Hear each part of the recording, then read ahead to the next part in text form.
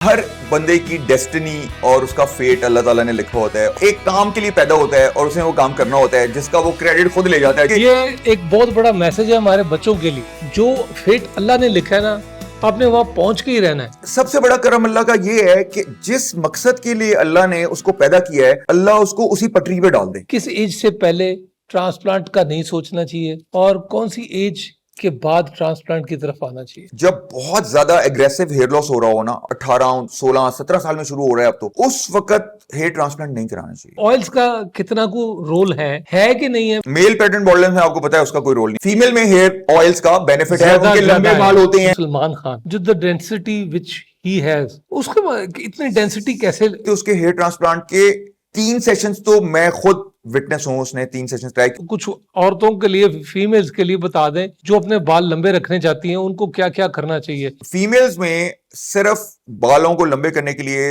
Nutrition अच्छी होनी चाहिए और टॉपिकल न्यूट्रिशन। अब यहाँ पे हेयर ऑयल मस्ट है। ये जो फील्ड आपने चुनी, ये कब चुनी और कैसे? How did you think of it? मेरे अपने बाल गिरने शुरू हो गए जब मैं केई में गया, तो और दुख जो मिले उसके साथ एक दुख ये मिला, मर मर के को एजुकेशन में पहुंचे 10 साल बाद 12 साल बाद, और वो गंजे हो गए जाके।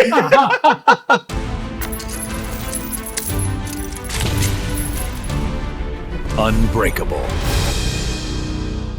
बिस्मिल्लाहिर्रहमानिर्रहीम। इय्याका नअबुदु व इय्याका नस्तईन।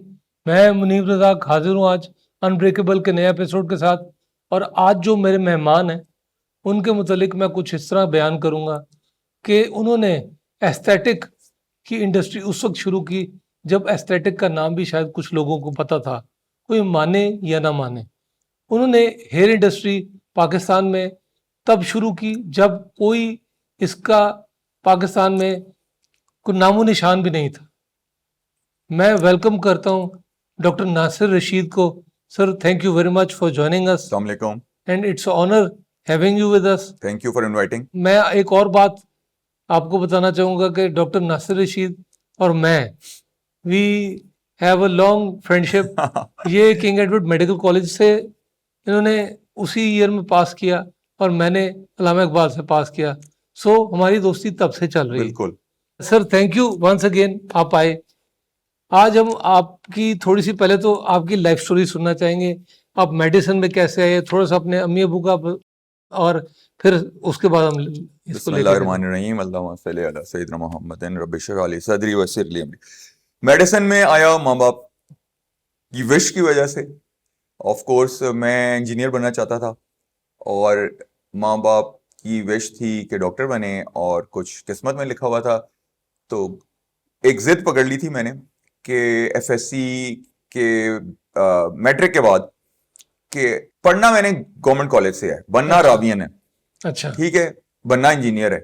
अब अल्लाह ने कुदरत ये की कि मेरे 713 नंबर आए मैट्रिक में। अच्छा, और इंजीनियरिंग का मेरिट 714 पे आके रुक गया। ठीक है, अब फैसला था कि एफसी कॉलेज जाना है इंजीनियरिंग करने या 713 पे प्री मेडिकल करना है रावियन गवर्नमेंट कॉलेज से। तो हमने अपने शौक को कुर्बान किया और जीसी को प्रायोरिटी दी और प्री मेडिकल ले लिया। अम्मी अबू भी खुश हो गए। अम्मी अबू भी खुश हो गए, हम भी खुश हो गए रावियन बन के। ये नहीं पता था आगे जाके क्या होने।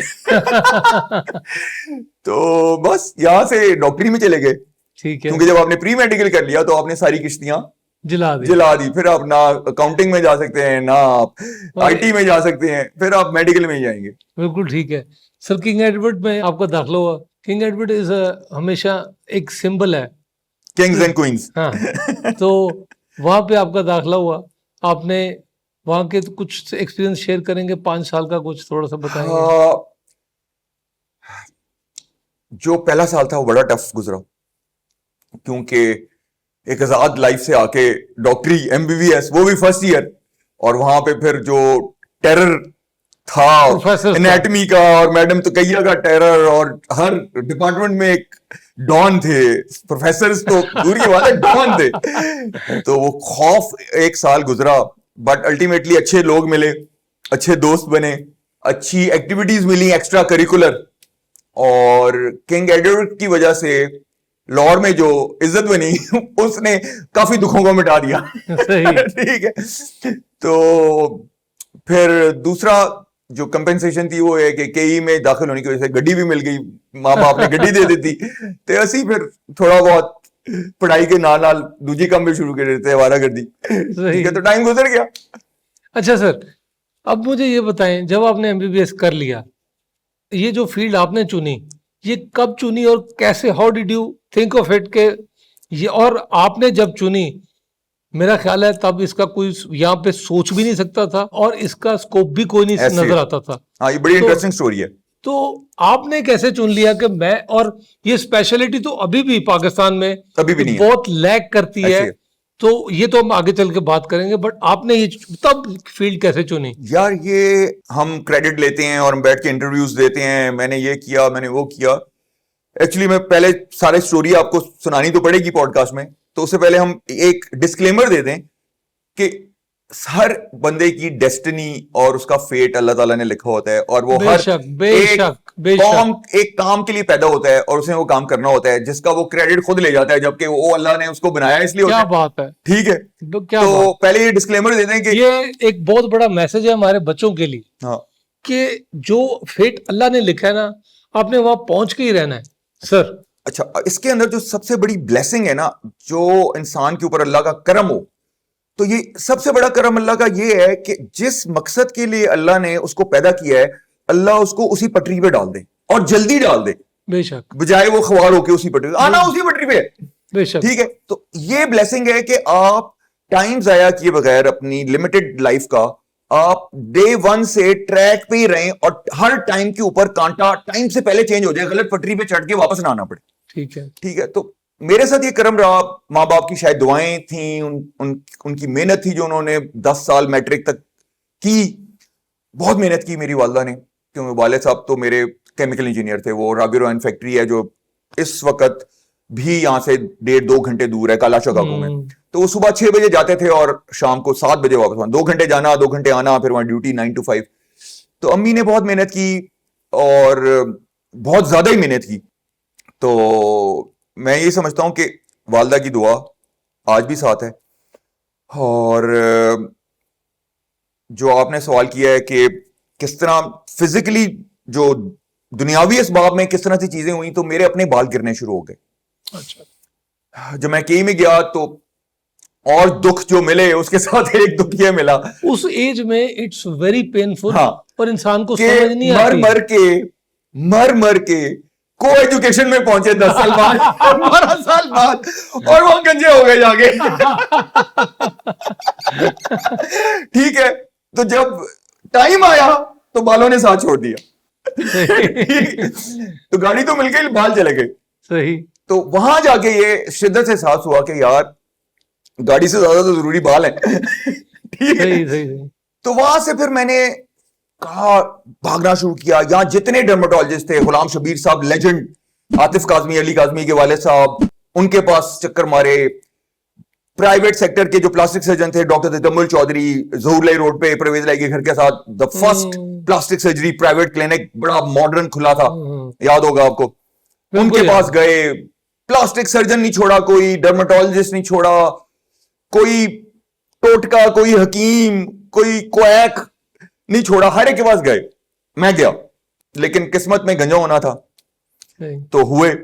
और फिर सोचा कि इसका कोई तो हल होगा दुनिया में। फिर इंटरनेशनल रिसर्च शुरू की, लाइब्रेरीज में जाके मैगजीन्स और ये वो जो न्यूज आती तब थी। इंटरनेट भी इतना तेज नहीं इंटरनेट था ही नहीं, असेस नहीं था। हाँ, बहुत गूगल शुरू हुआ था। मैं बात कर रहा हूं 93-4 की। उस वक्त तो बेरली इंटरनेट आया था और गूगल अभी नहीं इतना वो हुआ था। तो खैर रिसर्च शुरू की, और वो उसमें फिर पता चला कि अमेरिका में और फार ईस्ट में, सिंगापुर वगैरह में हेयर रेस्टोरेशन क्लिनिक्स बन गए हैं, और 2 तरह की टेक्नोलॉजीज हो रही हैं। हेयर ट्रांसप्लांट भी हो रहा है जिसमें आपके अपने एक्स्ट्रा बाल गर्दन के ऊपर से लेके लगाते हैं, और नॉन सर्जिकल हेयर सिस्टम्स जो एक और टेक्नोलॉजी है वो भी हो रही है। तो मैं क्योंकि यंग था तो मेरे पेरेंट्स की तरफ से भी, और मैं खुद भी थोड़ा सा क्योंकि मेडिकल में आ गया, तो मैंने कहा अभी इतनी एज यंग है, अभी हेयर ट्रांसप्लांट में I think I am not mentally prepare to go for a surgery for hair transplant. तो I opted for the non surgical hair system. वाले साहब, we were a middle class family, बहुत अमीर लोग नहीं थे हम। ठीक है, तो वाले साहब ने कहा कि मेरा बजट तो गाड़ी का था, मैंने तुम्हें दे दी है, अब तुम जानो और बाल जाने। बिल्कुल ठीक। मैंने उस वक्त सेकेंड ईयर था या थर्ड ईयर था केई का, आई थिंक थर्ड ईयर शुरू हुआ था, फार्माकोलॉजी स्टार्ट हुई थी। तो मैंने सोचा यार गाड़ी तो कोई ना कोई घर से यहाँ छोड़ ही देगा। मॉडल टाउन बस सर्विस भी चलती थी उस जमाने में, बड़ी अच्छी वीआईपी बस थी, सीधी चलती थी मॉडल टाउन से और सीधी जीसी और केई के सामने उतारती थी। तो मैंने कहा गाड़ी भेज देते हैं अच्छा। और सिंगापुर चलते हैं बाल लगवाने। ठीक है। अच्छा। मुझे मिली थी ब्रांड न्यू एफएक्स, अच्छा। जितने की वो थी उतना ही खर्चा आ रहा था, रिटर्न टिकट, होटल और क्लिनिक पे जाके हेयर रेस्टोरेशन कराने का। मैंने गाड़ी बेची और पैसे लेके सिंगापुर चला गया। अब्बू से रिक्वेस्ट की कि होटल के पैसे बचवा दें, आपके दोस्त आ रहे हैं वहां पे, किसी के घर ठहरा दें। तो उन्होंने, उनका एक दोस्त था वो आई सर्जन थे बड़े, सिंगापुर के बहुत टॉप नॉच आई सर्जन उस वक्त 95 में। अच्छा। उन्होंने कोऑर्डिनेट करा दिया, उनके घर जाके ठहरे, उन्होंने वहां क्लिनिक से भी अपॉइंटमेंट करा दी, लेके भी जाते थे, ट्रांसपोर्ट भी फ्री हो गई, सिर्फ एयर टिकट पड़ा और क्लिनिक का जो हेयर रेस्टोरेशन क्लिनिक का खर्चा था। वहां से नॉन सर्जिकल हेयर सिस्टम कराया, पाकिस्तान आ गए, पैदल हो गए। गाड़ी चली गई। लेकिन अल्लाह का शुक्र है, आई नेवर रिग्रेटेड कि मैंने गाड़ी बेच के बाल लगाए। That was one of the founding decisions for my own confidence and now I know that was my founding decision for my career. Allah ने आपको इस तरह। हाँ, तो बस उसके बाद तो फिर वो जब आया मैं लाहौर, तो कॉलेज में भी, अपने रिश्तेदारों में भी, फैमिली में भी, मोहल्ले में भी, जिस तरह नई दुल्हन आती है ना, हर बंदा में वो बाल लगा के आया है डॉक्टर। वो लोग घर आना शुरू हो गए, फोन, सर हमने भी पता करना है, कहां से करा के आए हैं, क्या करके आए हैं। ये तो मतलब I was probably the first person in, not in Pakistan, Karachi में कुछ लोग मुझे पता चला बाद में कि करा के आए थे, बट दे वर बिलियनियर्स। इस तरह कोई गाड़ी बेच के करा के नहीं आया था। ठीक है। तो उसमें जहां पे बहुत बड़ा ग्रुप है, वो पावर केबल्स बनाते हैं, बाद में पता चला उनके बेटे भी करा के आए थे। हाँ, लाहौर में। लाहौर में, हाँ, नाम नहीं लेंगे। जी जी जी, मुझे भी पता। पाकिस्तान के one of the biggest power cable manufacturers हैं। ठीक है। उनका बड़ा बेटा करा के आया था। तो I was probably the second person, but from the middle class society I was the first one.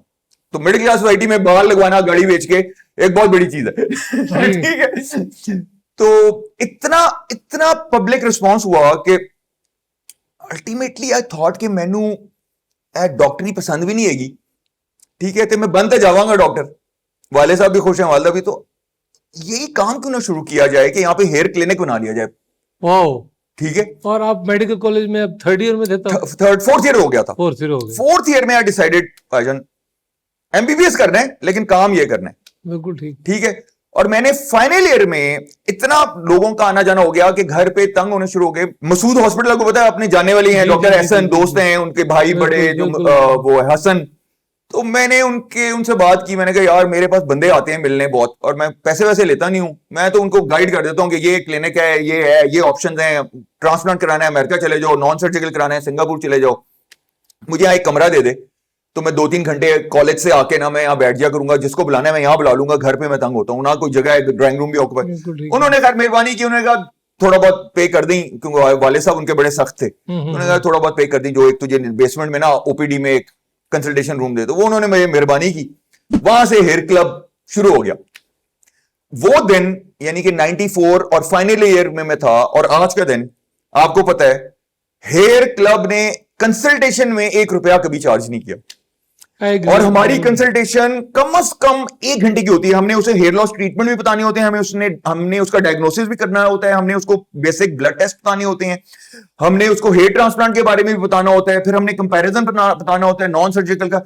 कम से कम 1 घंटे की कंसल्टेशन है, फ्री है पिछले 30 साल से। ठीक है। अब वो प्रोसीजर कराए ना कराए वो हमारी किस्मत है कि वो कराएगा तो हमें पैसे कुछ रिकवर हो जाएंगे, वरना हम चार्ज नहीं करते। तो उसके पीछे मकसद यही है कि hair club started as a free advisory center. It was actually for 2-3 years it was just a free hair loss advisory center.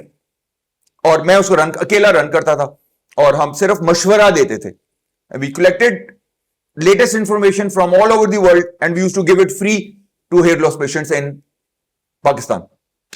तो वही फिलॉसफी अभी तक चल रही है कि कोई प्रोसीजर कराए ना कराए, कोई अफोर्ड करता है नहीं करता, उसको कम से कम ऑथेंटिक जेन्युइन डायग्नोसिस मिले, उसको बिल्कुल वैलिडेटेड क्या ऑप्शन हैं उसके लिए, जिस स्टेज ऑफ हेयर लॉस पे वो है, क्या क्या वो करा सकता है, ट्रीटमेंट कर सकता है, स्प्रे लगा सकता है, गोली खा सकता है, हेयर सिस्टम लगवा सकता है नॉन सर्जिकल, या ट्रांसप्लांट करा सकता है, उसको कम से कम एक ऑनेस्ट कॉन्फ्लिक्ट ऑफ इंटरेस्ट के बगैर उसको इंफॉर्मेशन मिले, ओपिनियन दिया जाएगा। हाँ ओपिनियन, उसको ऑनेस्ट ओपिनियन मिले, जो कि कहीं नहीं मिलता और आजकल। इस वक्त आपको पता है मेडिकल फील्ड में सबसे बड़ी ब्लेसिंग पेशेंट के लिए यह है कि उसको non commercial conflict of interest के बगैर best treatment option for his disease पता चल जाए, तो इससे बड़ी ब्लेसिंग नहीं है। बिल्कुल नहीं। क्योंकि इस वक्त कॉन्फ्लिक्ट ऑफ इंटरेस्ट लोगों का इतना आ गया है, फाइनेंसिंग के ऊपर हॉस्पिटल्स बने हुए हैं, फाइनेंसिंग के ऊपर सीटी स्कैन्स लगे हुए हैं, फाइनेंसिंग के ऊपर लैब्स बने हुए हैं, आपके हर महीने 10 20 30 लाख रुपए की किस्त आपने देनी है बैंक को, तो आपका कॉन्फ्लिक्ट ऑफ इंटरेस्ट आ जाता है एक पेशेंट को रिफ्यूज करते हुए। तो ये चीज बहुत बड़ी ब्लेसिंग है कि किसी पेशेंट को जो सही ट्रीटमेंट है उसके लिए उस वक्त वो उसको बताया जाए।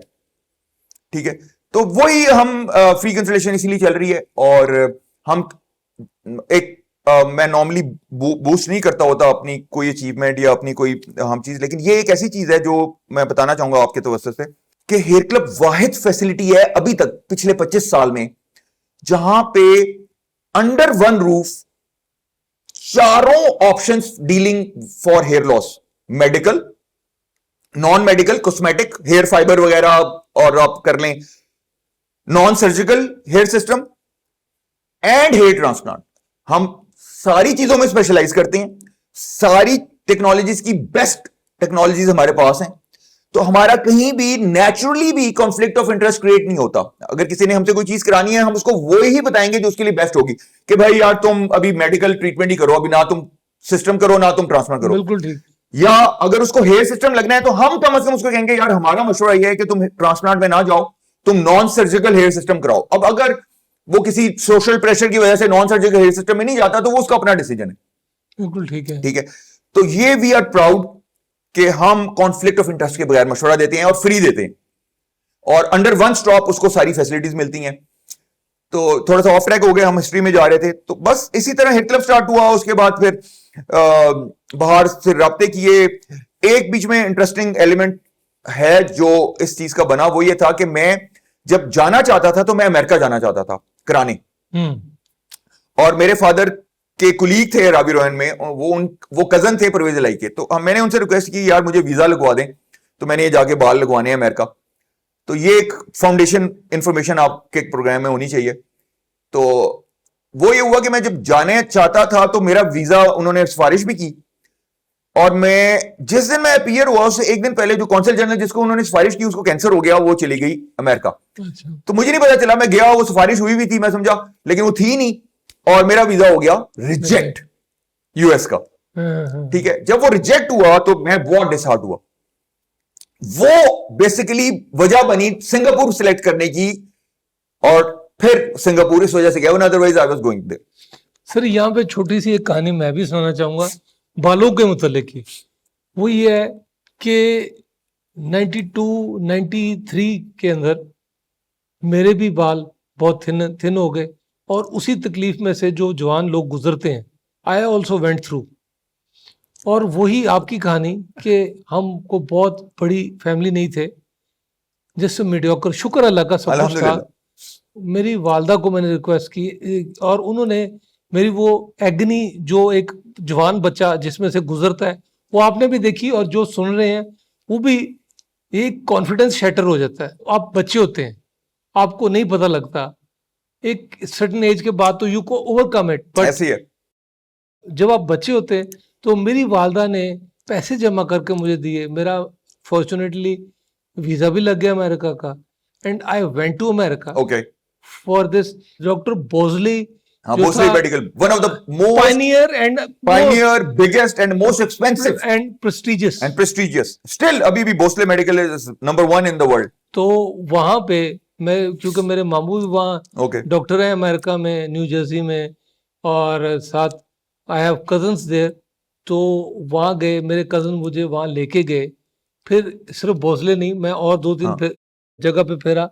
The thing I was insisting कि मुझे डेंसिटी चाहिए, हाँ, ठीक है, जो कि आपको पता है मोस्टली इस एज में मैं चाहिए होती। वापस शाहरुख density- बनना है ना। अच्छा, तो मैं गया वहां पे, एंड जो प्रोसीजर्स मुझे पता लगे, एक यही हेयर यूनिट का था, हाँ एक ट्रांसप्लांट का था, हाँ एंड ट्रांसप्लांट में तो इट वाज सो अर्ली उस जमाने में कि उन्होंने मुझे साफ कह दिया कि हमारा जो मकसद ट्रांसप्लांट का है, दैट्स आपको एक लुक देने का कि आपके हल्के से बाल हैं, नॉट फुलनेस ऑफ हाँ हेड। हाँ और तीसरा जो प्रोसीजर जो मुझे समझ में आया, दैट वाज सिंथेटिक हेयर हाँ, that go into your scalp, yes, ठीक है, and they can be rejected, उनका फॉरेन बॉडी रिएक्शन हो जाता है कई दफा, रिएक्शन हो जाता है, एंड प्लस लूज भी होते हैं, हर साल डलवाने पड़ते हैं, एंड वो टैंगल भी हो जाते हाँ, हैं, और फिर वो इरिटेट भी करते हैं इरिटेट स्कैल्प भी। को।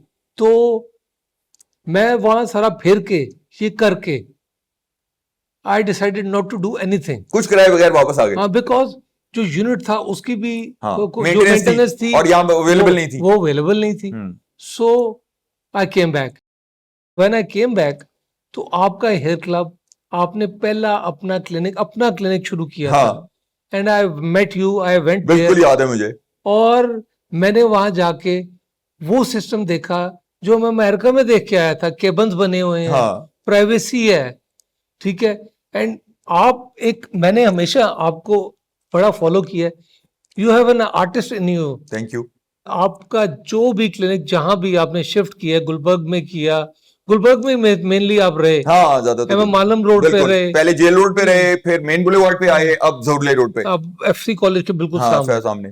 बट आप कोई भी वहां जाके देखे, स्किल्स और एक जो एक मैं आर्टिस्ट कह रहा हूं ना, आप जाके देखिए हर कितना सिस्टमेटिक और कितने ट्रेंड लोग वहां पे हैं। और एक और बात बताना चाहूंगा कि डॉक्टर नासिर ने इतने लोग ट्रेन किए, और वो डॉक्टर्स नहीं थे जो इनके नीचे काम करते थे, और उन्होंने जाके अपने क्लिनिक बना लिए और आज वो क्लिनिक चला रहे हैं। पाकिस्तान में ये बहुत बड़ा जुल्म हो रहा है, बिल्कुल। ठीक है। सो इस पे तो हम बाद में आते हैं सर।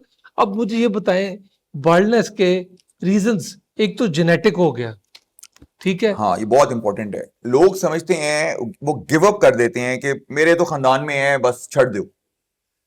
जेनेटिक रीजन है, और मेल्स में प्री डोमिनेंट जेनेटिक रीजन ही है। लेकिन अब जो पिछले 10-15 साल में प्रॉब्लम आ रही है, जेनेटिक बॉल्डनेस जो है, वो बेसिकली उसको हम कहते हैं मेल पैटर्न बॉल्डनेस। और जी उसको हम जी मेल पैटर्न बॉल्डनेस इसलिए कहते हैं कि वो जो बाल गिरते हैं वो सामने और ऊपर और यहां पीछे, बस इतने हिस्से में गिरते हैं। जो साइड्स और बैक है, ये आपकी सेफ रहती है, बिल्कुल, ठीक है, जिसको हम डोनर एरिया आप कहते हैं ट्रांसप्लांट में। तो डोनर एरिया थिक रहता है, कभी भी वो कम नहीं होता। लेकिन अब प्रॉब्लम ये हो गई है कि अब पिछले 10-15 साल में डोनर एरिया भी थिन होना शुरू हो गया है, बिल्कुल, ठीक है, जो कि मेल पैटर्न बॉल्डनेस की वजह से नहीं है, ठीक है। तो अब इसके अंदर जो अगर कोई अपनी किस्मत को अपने खानदान के ऊपर डाल के कोई ट्रीटमेंट या कोई एडवाइस सीख नहीं करेगा, वो अपना डोनर एरिया खराब कर बैठेगा। इसलिए कि अब मेल पैटर्न बॉल्डनेस यानी कि जेनेटिक इन्फ्लुएंस और हार्मोनल इन्फ्लुएंस के अलावा nutritional deficiencies, poor diet, poor lifestyle, poor sleep habits, mineral and vitamin deficiencies, ये सारा, जिसको अब न्यू टर्मिनोलॉजी में साइंटिफिकली एक्सेप्ट कर लिया गया है कि एक है जेनेटिक्स और एक है epigenetics. And epigenetics has a very strong impact on genetics. That means genetics is your destiny, is your fate, but that fate can be altered or prolonged using epigenetics.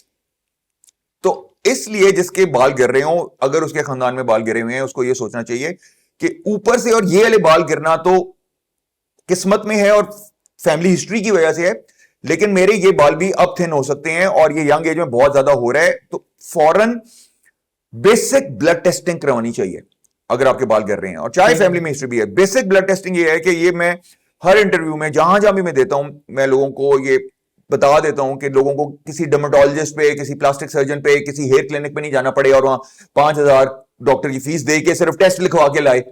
तो ये टेस्ट हैं, ये आपके programme वाले note कर सकते हैं। Serum ferritin, vitamin B12, vitamin D3, TSH thyroid stimulating hormone, free testosterone, serum zinc, ठीक है, और फास्टिंग इंसुलिन, फास्टिंग शुगर नहीं, फास्टिंग इंसुलिन, ठीक है। ये टेस्ट फौरी तौर पे करा लेने चाहिए, खुद ही लिखें, कोई डॉक्टर को जाके 3-4-5 हजार रुपए देने की जरूरत नहीं है। बाल गिर रहे हैं, एक टाइम से ज्यादा गिर रहे हैं, 1 महीना, 2 महीना, 3 महीने हो गए हैं, और स्पेशली अगर ये फ्रंट, टॉप और बैक के अलावा आपको लग रहा है कि यहां से भी थिनिंग हो रही है, पानी और तेल लगा के स्किन नजर आती है, दैट मींस थिनिंग हो रही है, ठीक है। तो अगर ये चीज थिन हो रही है तो ये ब्लड टेस्ट जरूर फौरी करा लें। और अगर फीमेल्स हैं तो फीमेल्स को इसके अंदर एक टेस्ट और ऐड करना चाहिए, वो है प्रोलैक्टिन। बाकी यही टेस्ट है प्रोलैक्टिन। इस वक्त पाकिस्तान में फीमेल्स का तो हेयर लॉस बिल्कुल डिफरेंट कॉजेज हैं। जो आपने पूछा कि क्या कॉजेज हैं, वो फीमेल हेयर लॉस में मेन कॉजेज लोअर सोसाइटी में serum ferritin. Our females are iron deficient because of their menstrual cycle, उसमें ब्लड लॉस होता है, ठीक है। डाइट पुअर होती है लोअर सेगमेंट ऑफ सोसाइटी में, अच्छी डाइट नहीं खा रहे होते जिसमें आयरन मिल रहा हो। तो ये तो एस्टेब्लिश्ड है कि हम हमारे lower class to lower middle class young females भी आयरन डेफिशिएंट हैं, स्कूल गोइंग बच्चियां आयरन डेफिशिएंट हैं।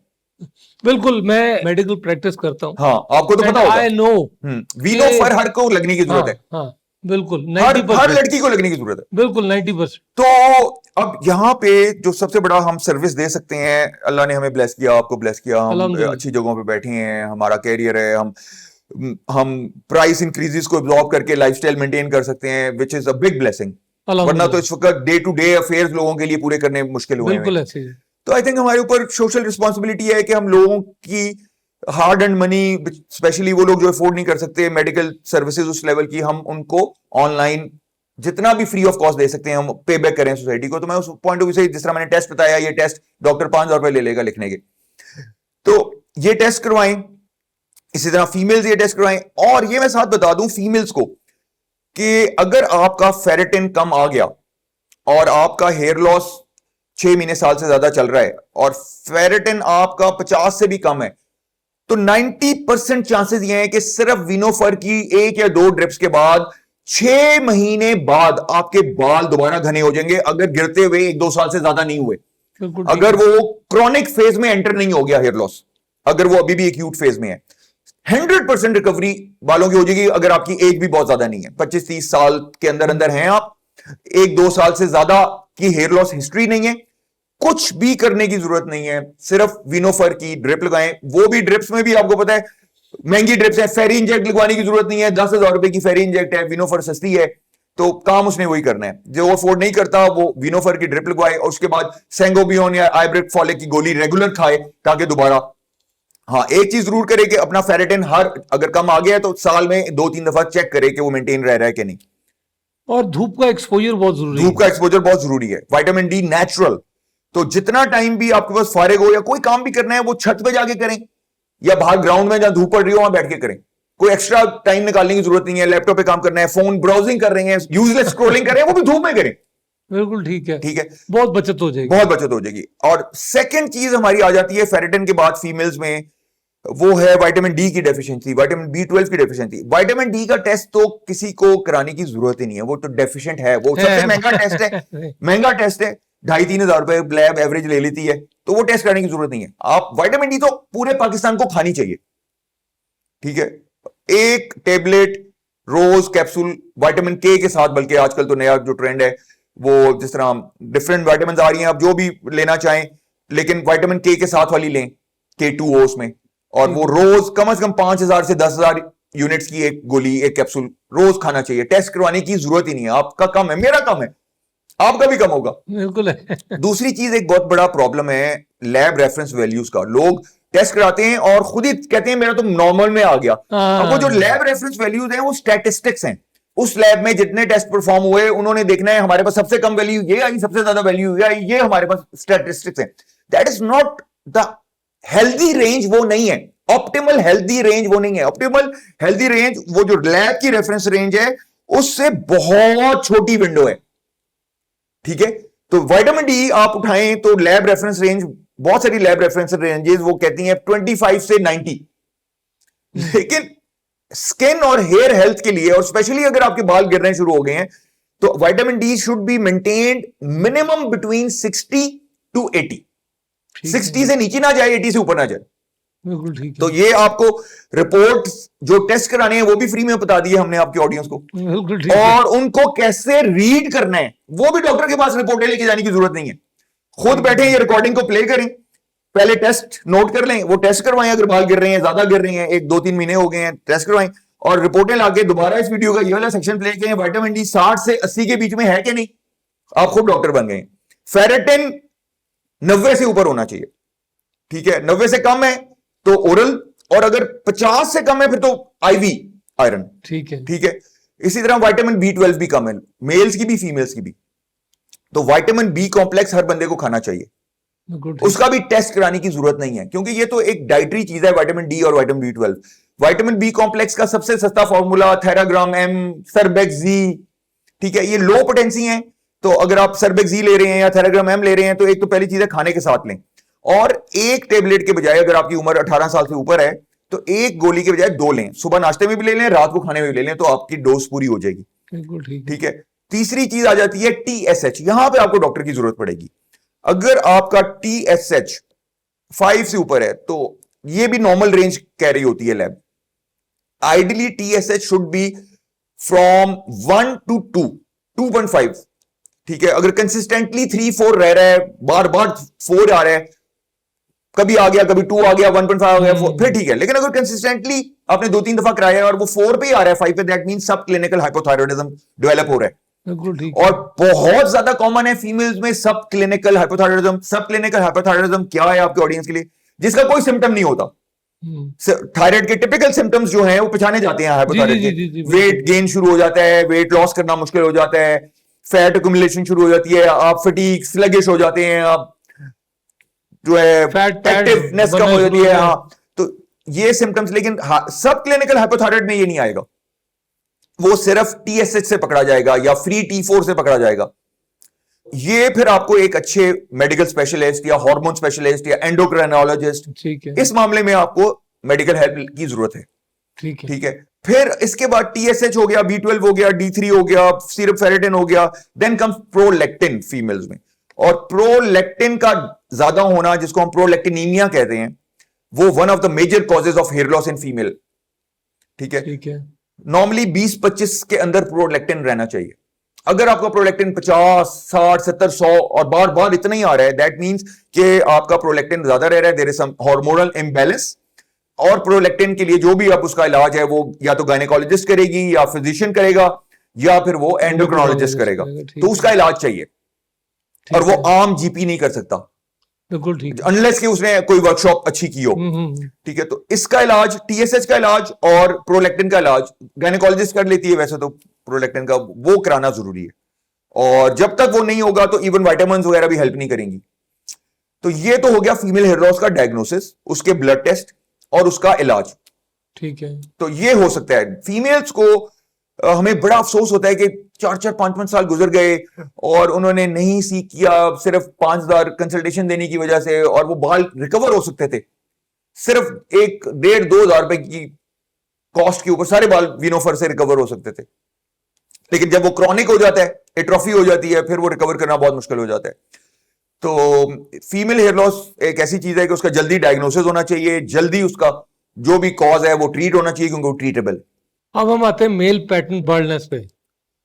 सर मुझे ये बताएं कि सर किस एज से पहले ट्रांसप्लांट का नहीं सोचना चाहिए और कौन सी एज के बाद ट्रांसप्लांट की तरफ आना चाहिए? मेरा पर्सनल जो एडवाइस है ना वो ये है कि जब बहुत ज्यादा एग्रेसिव हेयर लॉस हो रहा हो ना यंग एज में, आपका 18, 16, 17 साल में शुरू हो रहा है अब तो उस वक्त हेयर ट्रांसप्लांट नहीं कराना चाहिए। इसलिए कि आप अगर देखें कि जो लोग बॉल्ड नहीं भी होते या जो लोग गंजे नहीं भी होते, तो 18 साल जब प्यूबर्टी आती है, जब आपकी शेव आनी शुरू होती है, तो आपकी जो हेयरलाइन है वो एक मेल पैटर्न हेयरलाइन जरूर बनती है। बिल्कुल बनती है। वो माथा जो शाहरुख की तरह यहां आगे तक आया होता है वो नहीं रहता। वो सिर्फ शाहरुख की किस्मत है कि उसके बाल अभी भी माथे के ऊपर भी हैं, ऐसे ही। ठीक है। अदरवाइज 99% वो हेयरलाइन जो यहां पे थी वो ऊपर जाके इस तरह एम बनेगी, थोड़ी सी इस तरह वी होगी और यहां से जाके ये होगी। ये एक नॉर्मल पैटर्न है, इससे डरना नहीं चाहिए, ठीक है। तो इस change from a short low hairline to a mature M shaped male hairline की जो ट्रांजिशन आ रही है, इस दौरान ट्रांसप्लांट नहीं होना चाहिए यहां पे। बिल्कुल ठीक। क्योंकि अगर उसने और जो कि बच्चे इस एज में 16 से 20 साल के बीच वाले, वो उनका जो ट्रांसप्लांट की डिमांड होती है वो यही होती है कि हमारा उस वक्त सिर्फ ये माथा बड़ा हो गया थोड़ा, हाँ जी, ठीक है, और उनको ये ये नहीं भरना है। पता होता कि ये रिसीट करना है। हाँ, ये भी और कब रिसीट करना है, है। कर सकता है, या इसने रिसीट करना ही नहीं और। हाँ ठीक है। तो ये एरिया ट्रांसप्लांट नहीं है, ये ट्रांसप्लांट जोन नहीं है। अगर आप इस एरिया में ट्रांसप्लांट करा लेंगे, ये बिल्कुल फोरहेड के पास, तो ये अगले 5 साल में आपके लिए बहुत बड़ी लाइबिलिटी बन जाएगी। बिल्कुल ठीक। और ये सारे बाल आपको लो हेयरलाइन वाले निकालने पड़ेंगे टू लुक नेचुरल। और मैं पर्सनली हंड्रेड्स ऑफ एक्सट्रैक्शंस यहां से निकाल चुका हूं बाल लोगों के, जिन्होंने जल्दबाजी में गलत डॉक्टर के पास जाके इस जोन में, जिसको हम हेयरलाइन जोन कहते हैं, फोरहेड और स्कैल्प का ट्रांजिशन जोन है, जहां से दोनों प्लेन्स, वर्टिकल प्लेन और हॉरिजॉन्टल प्लेन मिलते हैं, तो जो ये पॉइंट है, इससे नीचे बाल नहीं लगने चाहिए। ठीक है। अच्छा सर, यहाँ पे अब मुझे थोड़ा सा, अब आप हमें यूनिट के मतलब भी बता दें, वो कैसे और क्या उसका प्रोसीजर थोड़ा सा, हाँ, ताकि एक ये बहुत ही इंपॉर्टेंट एक ऐसा है कि हेयर सिस्टम, जब आपका मेरा जमाना था तो उस वक्त तो पीक पे एडवर्टाइजमेंट होती थी उसकी, इंटरनेशनली भी हेयर क्लब फॉर मेन था, और पाकिस्तान में हमने बहुत उसकी अवेयरनेस क्रिएट की। जंग संडे मैगजीन में हमारा हर संडे को ऐड होता था, एक पेज के सप्लीमेंट पब्लिश करते थे जंग में, न्यूज में।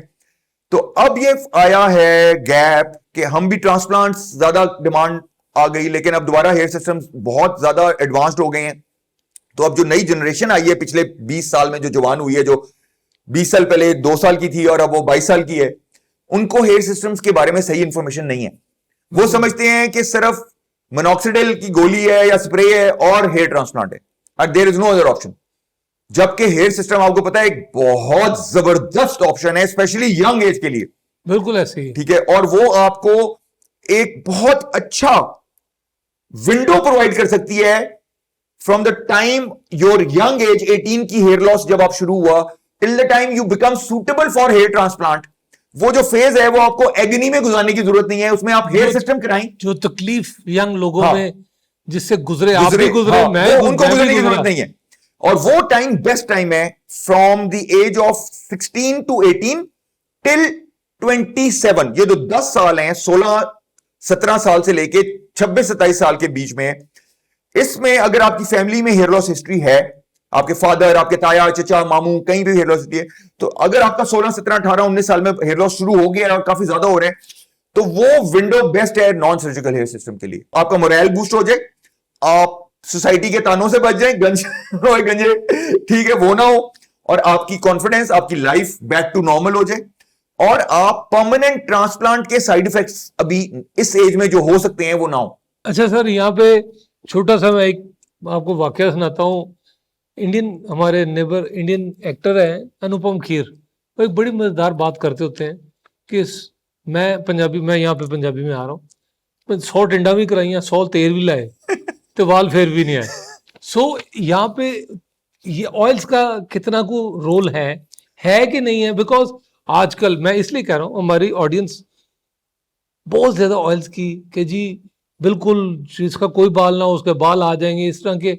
ये क्योंकि मैं तो being a doctor and I know this thing, but आप थोड़ा सा एक्सप्लेन कर देंगे तो it will be better for our audience. देखें, जो हेयर ऑयल्स हैं, मेल पैटर्न बॉल्डनेस में आपको पता है उसका कोई रोल नहीं हो सकता। मेल पैटर्न में एक जीन है और एक मेल हार्मोन है। ठीक है, जीन का टाइमर लगा हुआ है। 18 साल की एज में जीन आपके पास, आपकी मामू या ताया, चचा, दादा, नाना से आ गई कि बॉल्डनेस होनी है आपको, ठीक है, जिस तरह डायबिटीज की जीन है। या ब्रेस्ट कैंसर की जीन है, वो आ गई, आप कैरियर हैं, जीन इनएक्टिव पड़ी है, एक टाइम बॉम्ब है जो टिक टिक टिक टिक टिक टिक कर रहा है और वो पड़ी है, उसने एक्टिवेट किससे होना है? रिमोट से। वो रिमोट क्या है? Male hormone. मेल हार्मोन ने किस टाइम पे सक्रीट होना है? 18 साल की उम्र में। 18 साल की उम्र से पहले मेल हार्मोन नहीं आना, टेस्टोस्टेरोन नहीं आना। 18 साल की उम्र में जब टेस्टोस्टेरोन ब्लड में आना शुरू होना है, उस जीन के जाके टच करना है, उस जीन ने ऑन हो जाना है।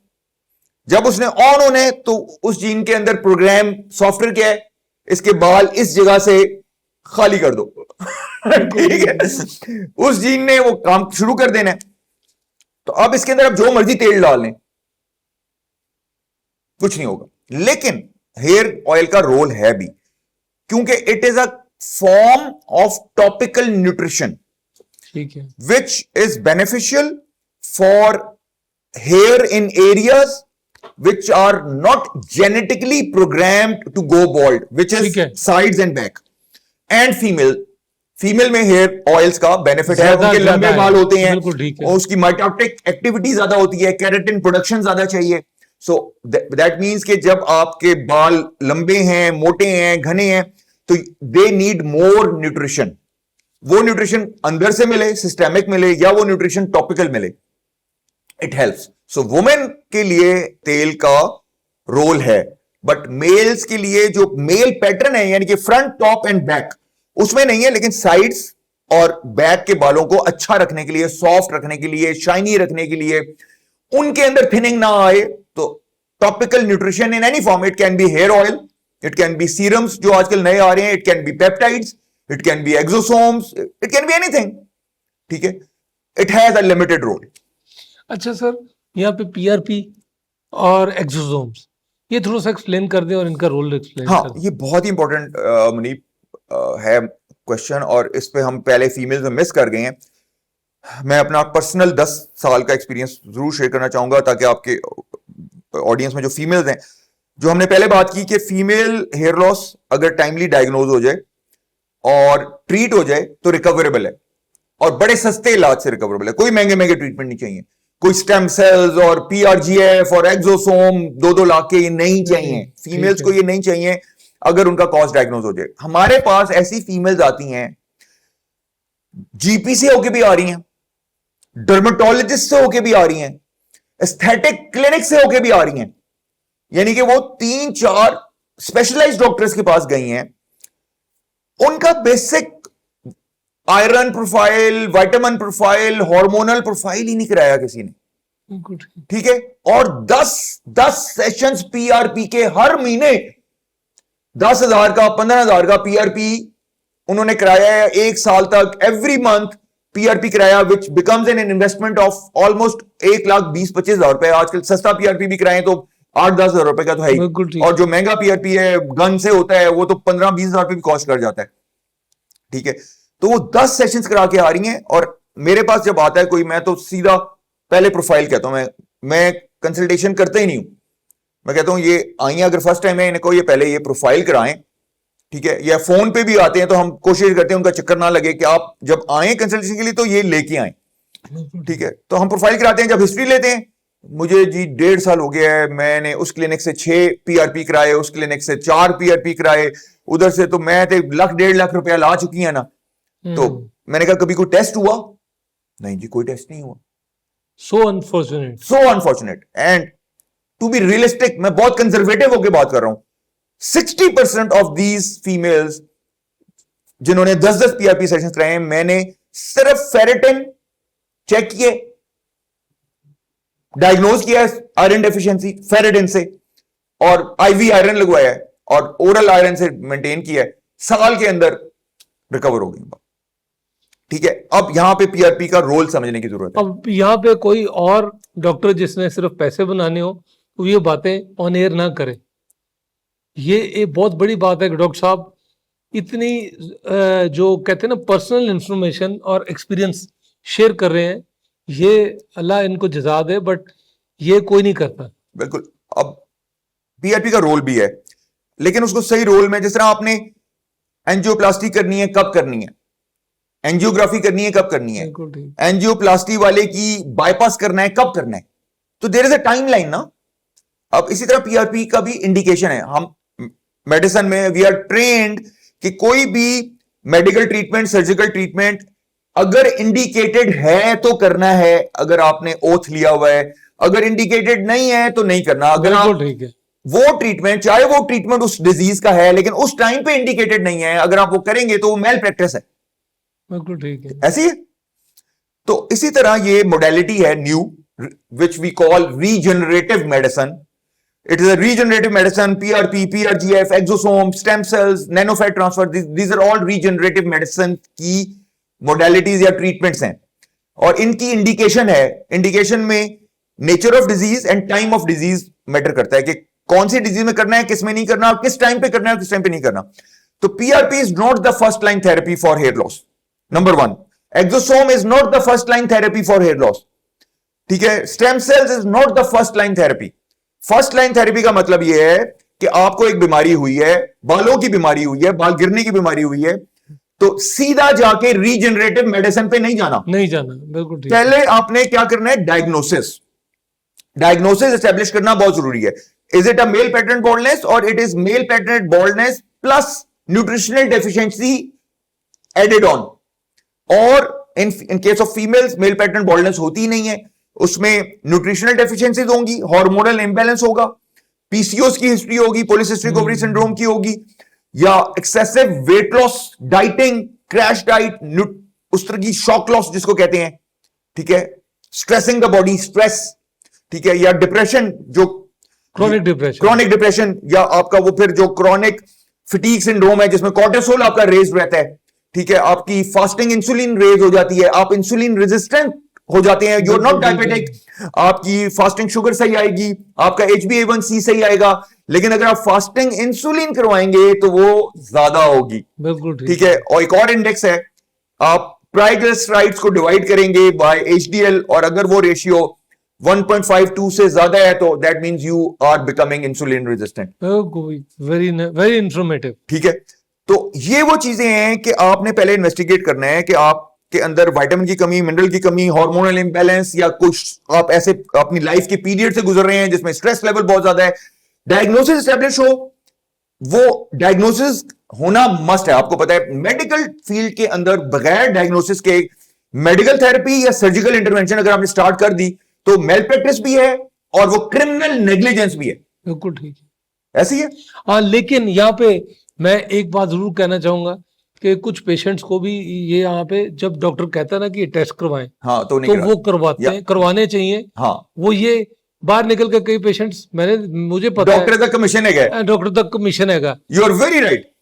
तो ये पेशेंट एंड डॉक्टर ट्रस्ट होना बहुत जरूरी है।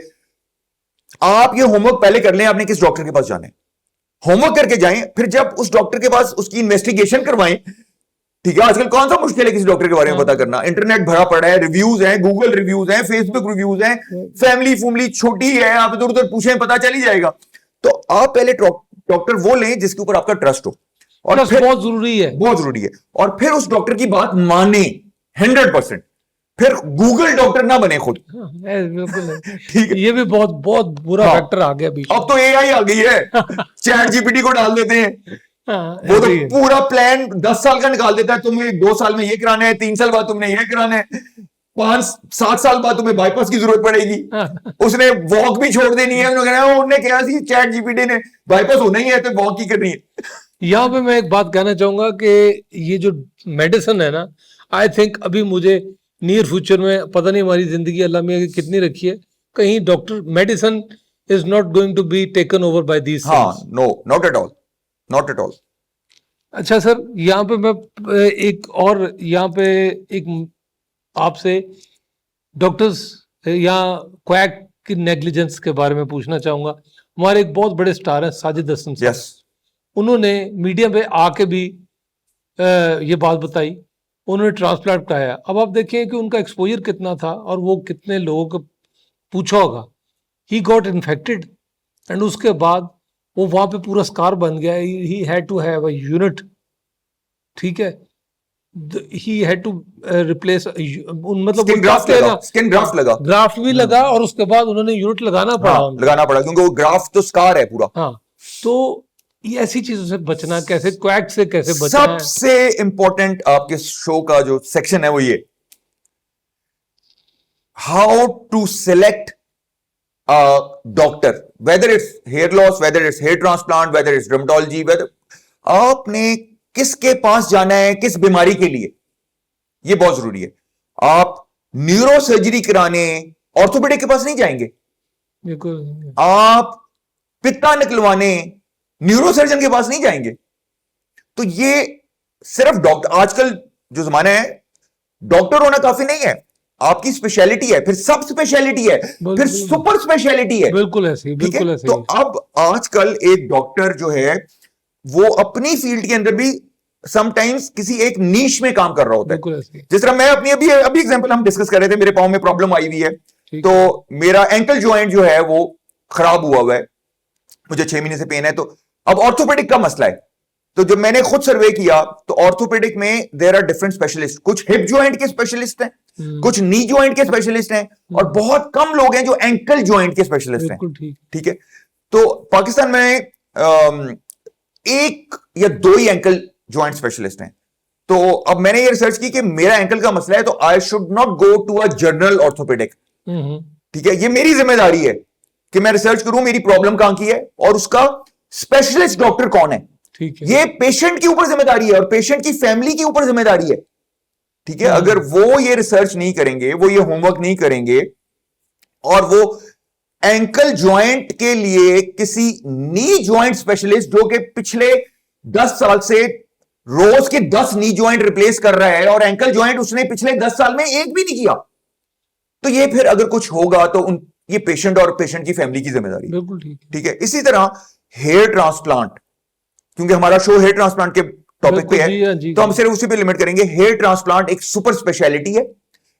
सुपर स्पेशलिटी का मतलब यह है कि ये डर्मेटोलॉजी में भी आती है, ये प्लास्टिक सर्जरी में भी आती है, लेकिन उनके लिए भी ये न्यू स्पेशलिटी है।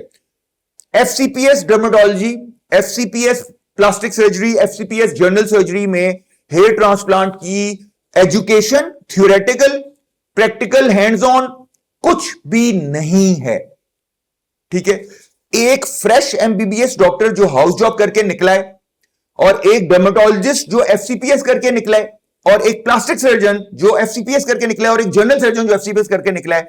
हेयर ट्रांसप्लांट सर्जरी जो मॉडर्न हेयर ट्रांसप्लांट सर्जरी है, फॉलिकुलर यूनिट ट्रांसप्लांट, एफयूटी, चाहे वो स्ट्रिप सर्जरी है या वो एफयू, ये सारे डॉक्टर फ्रेश एमबीबीएस से लेके प्लास्टिक सर्जन एफसीपीएस तक एक लेवल पे खड़े हैं अगर इन्होंने ट्रेनिंग नहीं की, क्योंकि ये स्पेशलाइज्ड ट्रेनिंग है, स्पेशलाइज्ड ट्रेनिंग, स्पेशलाइज्ड नॉलेज। और इसका अब बोर्ड है, अमेरिकन बोर्ड है, अब American board of hair restoration surgery, उसका रिटन एग्जाम है, उसका ओरल एग्जाम है, और इवन उस एग्जाम के अंदर अपीयर होने से पहले कुछ सर्टन प्री रिक्विजिट क्राइटेरिया है जो फुलफिल करना है। आप एग्जाम ही नहीं दे सकते अगर आप वो क्राइटेरिया फुलफिल नहीं करते। वो क्राइटेरिया क्या है कि आपकी बेसिक ट्रेनिंग होनी चाहिए हेयर ट्रांसप्लांट में, फिर आप उस एग्जाम के लिए क्वालिफाई करेंगे।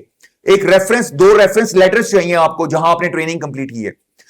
तो सबसे इंपॉर्टेंट चीज यह है कि अगर आपने किसी से हेयर ट्रांसप्लांट कराना है, चाहे वो एमबीबीएस है प्लेन, चाहे वो एफसीपीएस प्लास्टिक सर्जरी है, चाहे ये मस्ट होना चाहिए कि अगर आपने अच्छा हेयर ट्रांसप्लांट कराना है, उसने American board of hair restoration surgery का एग्जाम किया हो। ठीक है, और उसको चेक करने का बहुत आसान तरीका है, अमेरिकन बोर्ड की वेबसाइट है abhrs.com, उसमें जाएं और देखें आपके डॉक्टर का उसके ऊपर नाम, तस्वीर, प्रोफाइल है या नहीं है। अगर आपका डॉक्टर वहां नहीं है, दैट मींस उसने हेयर ट्रांसप्लांट में कोई फॉर्मल एजुकेशन, कोई फॉर्मल ट्रेनिंग और कोई formal assessment in form of an exam, जहां पे अपने आप को पेश किया हो कि मुझे चेक करो मैं कॉम्पिटेंट हूं, थ्योरेटिकली भी और दूसरी तरह भी। तो क्योंकि वो एग्जाम रिटन भी है और ओरल भी है, तो मेन चीज ये है जो आपने सवाल किया, इसका जवाब ये है कि हेयर ट्रांसप्लांट कम से कम आप जब हेयर ट्रांसप्लांट कराएं तो आप मेक श्योर करें कि चाहे वो जनरल फिजिशियन है, चाहे वो डर्मेटोलॉजिस्ट है, चाहे वो गायनेकोलॉजिस्ट है, चाहे वो जनरल सर्जन है, चाहे वो प्लास्टिक सर्जन है, किसी से भी कराएं, अगर उसने अमेरिकन बोर्ड किया हुआ है और अमेरिकन बोर्ड की वेबसाइट उसका नाम है, you are in safe hands. Result अच्छा आए ना आए वो आपके डोनर पे भी डिपेंड करता है, आपकी किस्मत भी है, आपका हेयर लॉस की अदर कंडीशंस हैं, आपकी लाइफस्टाइल, आपकी इंटरनल हेल्थ मैटर करता है, बट एटलीस्ट अमेरिकन बोर्ड की मेन पॉलिसी ये है पेशेंट सेफ्टी। आप सेफ होंगे, आपका डोनर एरिया खराब नहीं करेगा वो। हम्म, ठीक है, तो मेन चीज ये है कि हेयर ट्रांसप्लांट में hair transplant should be done by a hair transplant surgeon who is a hair transplant surgeon, any doctor from any field who has done American board of hair restoration surgery. बिल्कुल ठीक है। ठीक है, ये basic qualification है। इसके बाद फिर जिस तरह पीएचडी होती है या एफसीपीएस के बाद आपने फिर और कुछ करना है, अमेरिकन बोर्ड करना है, तो इस तरह फिर फेलोशिप है, वो fellow of international society of hair restoration surgery है, that takes a little bit more time, 3-4 years. वो सुपर, जैसे आप कह लें पोस्ट ग्रेजुएट क्वालिफिकेशन है, ठीक है। तो वो FISHRS कहते हैं उसको, FISHRS। तो उसकी भी अगर आपने जिस तरह आपने LLB लॉयर से अपना मुकदमा लड़ाना है या बैरिस्टर से लड़ाना है, तो वो फर्क है।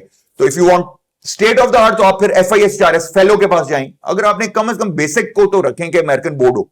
ठीक है, ठीक है, वेरी राइट। अच्छा सर, यहाँ पे अब थोड़ा सा हेयर ट्रांसप्लांट में भी पहले एक स्ट्रिप मेथड यूज होता था, एक स्ट्रिप लेते थे पीछे से, बिल्कुल और उसके बाद उसको बाल आगे सारे लगाते थे, उसमें से ग्राफ्ट निकाल के। बिल्कुल। कितने ग्राफ्ट निकलते हैं वो डिपेंड करता था।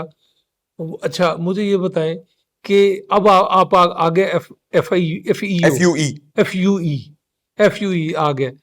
अब हर बंदा एफ के अंदर फॉल करता है कि अभी भी स्ट्रिप मेथड होता है? ये भी बहुत इंपॉर्टेंट क्वेश्चन है। लोग समझते हैं FUE एडवांस टेक्नोलॉजी है। FUE एडवांस टेक्नोलॉजी नहीं है। आप तो अमेरिका रिसर्च करने गए थे। FUE तो सबसे पहले आया था, स्ट्रिप बाद में आई, जिसको हम FUT कहते हैं। FUE आपको पता है भोसले मेडिकल ने शुरू किया था, बिल्कुल, जो कि exactly। उसका नाम था पंच ग्राफ्टिंग। जी जी जी जी उसको FUE नहीं कहते थे उस वक्त।